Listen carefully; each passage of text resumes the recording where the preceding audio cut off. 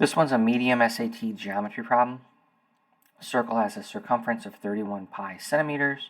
What's the diameter of the circle? So let's write down D. That's what we're looking for. There is a formulas box. I've put here the part of the formulas box that has circumference in it. To be honest with you, you should know circumference if you're trying to get a high SAT score. What's circumference? Circumference is 2 pi r. Okay, so 2 pi r equals what? Well, they tell you it's 31 pi. This is very simple algebra. You got to get r by itself. Just going to divide both sides by 2 pi. What's going to happen to the pi's? They're going to go away. What's going to happen to the 2's? They're going to go away over here. And what are you left with? R, radius, is 31 over 2.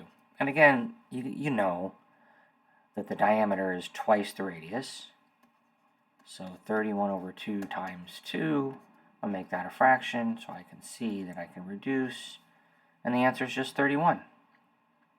That's it.